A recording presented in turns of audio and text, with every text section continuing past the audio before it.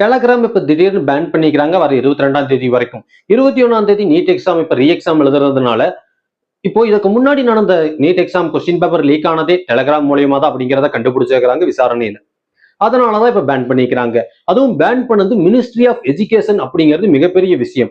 இதற்கு முன்னாடி எத்தனையோ படங்கள், வெப் சீரிஸ் இதெல்லாமே சட்டவிரோதமா ரிலீஸ் பண்ணிட்டாங்க அப்படின்னு எத்தனையோ சேனல்கள் அதுல முடக்கி வைக்கிறது கவர்மெண்ட் எல்லாருக்குமே தெரிஞ்சதுதான். இந்த சூழ்நிலையில இப்போ கவர்மெண்ட் ஒரு கொஸ்டின் பேப்பரே டெலகிராம் மூலியமா லீக் ஆகிக்கிறது அப்படிங்கிறது மிகப்பெரிய இஷ்யூ. அதனால இப்ப இதை பேன் பண்ணிக்கிறாங்க. இந்த இடத்துல ஒரு மிகப்பெரிய கேள்விக்குறி இருக்கு. 22ஆம் தேதிக்கு மேல திரும்ப பயனாளர்களுக்கு திரும்ப யூஸ் பண்றதுக்கு அலோவ் பண்ணுவார்களா, இல்ல இந்த பேன் எத்தனை நாள் கண்டினியூ ஆக போகுது அப்படிங்கிற கொஸ்டின் மார்க் இருக்கு. ஏன்னா பல கோடி பேர் டெலகிராம் யூஸ் பண்ணிட்டு இருக்கிறாங்க. அதுலயும் ஆக்கப்பூர்வமான செய்திகள் வந்துட்டு தான் இருக்கு.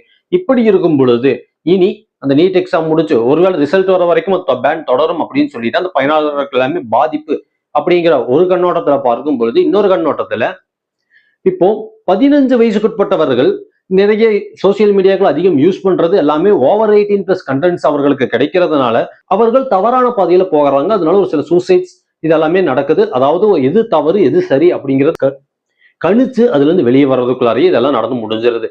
இதனாலதான் இப்போ இன்ஸ்டாகிராம் ஆகட்டும், வாட்ஸ்அப் ஆகட்டும், இல்ல ஃபேஸ்புக், இப்போ இது மாதிரி டெலகிராம், எந்த ஒரு சோசியல் மீடியாவாக இருந்தாலும் 15 வயசுக்குள்ள யூஸ் பண்ணக்கூடாது அப்படின்னு நிறைய நாடுகள்ல தடை சட்டம் போட்டுக்கிறாங்க. குறிப்பா சொல்லணும் அப்படின்னா ஆஸ்திரேலியா. இப்ப இது யூரோப்லயும் கொண்டு வந்துட்டு இருக்கிறாங்க. இந்தியாவில் அதுக்கான தடுப்பு சட்டம் இல்ல, ரெஸ்ட்ரிக்ஷன்ஸ் வேணாலும் இருக்கு. இப்போ ஃபார் எக்ஸாம்பிள் ரெஸ்ட்ரிக்ஷன்ஸ் அப்படின்னு பேசும்பொழுது இப்ப யூடியூப்ல ஏஜ் ரெஸ்ட்ரிக்ஷன்ஸ் இருக்குது. அண்டர் 18 பாக்குறதுக்கு அது வந்து ரெஸ்ட்ரிக்ஷன்ஸ் பண்ணிக்கிறாங்க. இருந்தாலும் கூட அவர்கள் யூஸ் பண்ணும் பொழுது அந்த அக்கௌண்ட்ஸ் வந்து அவங்க பேரண்ட்ஸோட அக்கௌண்ட்ல யூஸ் பண்றாங்க அப்படிங்கும் பொழுது அது 18+ அப்படி இருக்கும். ஏஜ் ரெஸ்ட்ரிக்ஷன்ஸ் இருக்காது. அப்படி பார்க்கும் பொழுது ஒரு சில வீடியோக்களோ ஏதோ ஒன்று குழந்தைகளை அஃபெக்ட் பண்றதுக்கான வாய்ப்பு இருக்கு. இதையெல்லாம் தாண்டி குழந்தைகளுக்கு தேவையான எஜுகேஷன் கண்டென்ட்ஸ், அதுக்கு சின்ன சின்ன குழந்தைகள் கத்துக்கிறதுக்கான ஒரு சில அனிமேஷன் வீடியோஸ், கதை வீடியோஸ் இது எல்லாமே யூடியூப்ல தான் இருக்குது.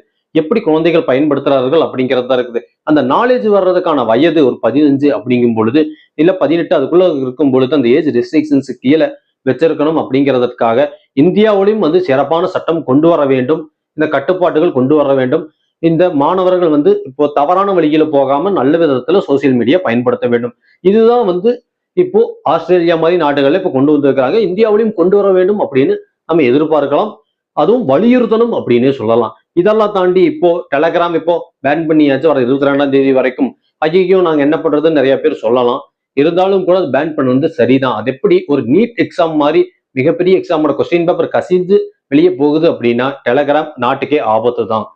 அந்த டெலகிராம் இப்படி பல வருஷம் படிச்சு திடீர்னு இப்ப எக்ஸாம் எழுதும் பொழுது நீட் எக்ஸாம் அது இப்படி கசஞ்சிருச்சு. அந்த அன்னைக்கு நல்லா பண்ணனவங்க இப்ப திரும்ப பண்ணாம போகிறது கூட வாய்ப்பு இருக்கு. அது ஒரு ப்ரெஷர் அது மாதிரி கிரியேட் பண்ணும். திரும்ப ஃபர்ஸ்ட் வந்து செக்அப் அது மாதிரி நீட் எக்ஸாம் அப்படிங்கிறது எல்லாத்துக்குமே புரியும்.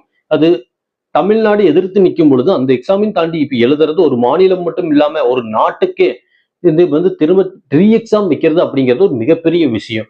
அதனாலதான் மினிஸ்ட்ரி ஆஃப் எஜுகேஷன் இப்போதைய பேன் பண்ணி வச்சிருக்கிறாங்க. இதுதான் முழு டீடைல்ஸ். அது மட்டும் இல்லாம 22ஆம் தேதிக்கு மேல 99% டெலகிராம் ஓபன் பண்ணி விட்டுருவாங்க. எல்லாருமே யூஸ் பண்ணலாம். அது யாரையும் பாதிக்காது. இது முற்றிலும் நீட் எக்ஸாம் நடத்துறதுக்காக மட்டுமே பேன் பண்ணிக்கிறாங்க. உங்கள் கடைசி தீக்குச்சி மனோஜ் காளிமுத்து.